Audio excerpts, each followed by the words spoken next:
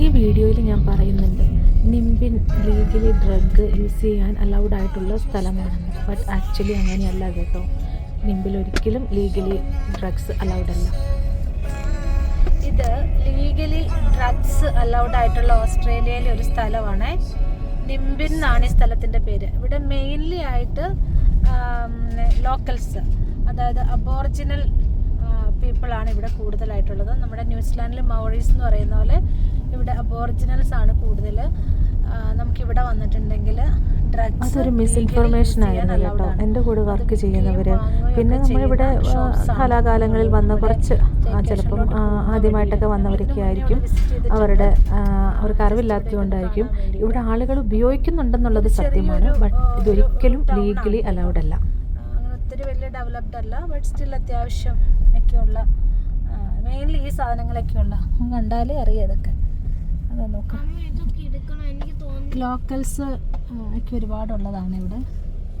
അതെ, മോള് പറയുകയാണ് നമുക്കിതൊക്കെ എടുക്കണോ അമ്മേ. ഇവിടെ കാണുന്ന ഈ ചെറിയ ചെറിയ ബിൽഡിങ്ങുകൾ, ചെറിയ ചെറിയ ഈ ഷോപ്സൊക്കെ പണ്ടത്തെ മോഡലിലൊക്കെ ഉണ്ടാക്കിയേക്കുന്നതാണ്. ഒത്തിരി ആധുനികത അല്ലെങ്കിൽ മോഡേൺ ലൈഫൊന്നും ഇങ്ങോട്ടേക്ക് എത്തിയിട്ടില്ല എന്നുള്ളതാണ് എനിക്ക് മനസ്സിലാക്കാൻ സാധിച്ചിട്ടുള്ളത്.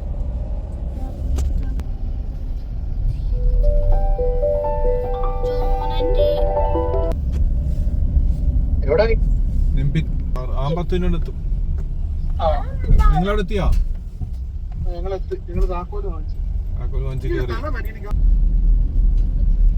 അത് വളരെ കുറച്ച്, എനിക്ക് തോന്നുന്നു ഒരു 1/2 കിലോമീറ്ററിൽ താഴെ, അത്രയും പോലും ഇല്ലെന്ന് തോന്നുന്നു.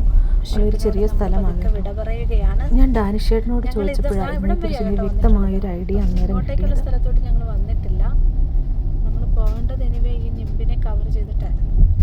ഡാനിഷേട്ടൻ, ഇത് ശരിക്കും ലീഗലി അപ്രൂവ്ഡ് ആണോ ഇവിടെയുള്ള ഈ ഡ്രഗ്സിന്റെ ഇത്?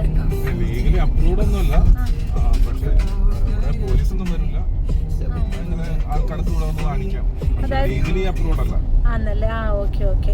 ഞാൻ കരുതി ഇത് ലീഗലി ഉള്ളതായിരിക്കുന്നു. കാരണം ഞങ്ങളുടെ ഫ്രണ്ട്സ് പറഞ്ഞു, എൻ്റെ കൂടെ വർക്ക് ചെയ്യുന്നവരൊക്കെ പറയാറുണ്ട്, അവരിടയ്ക്കൊക്കെ വരാറുണ്ട്, എൻജോയ് ചെയ്യാറുണ്ട്. അപ്പം ഞാൻ കരുതി എനിവേ ഇത് ഓക്കെ ആയിരിക്കും.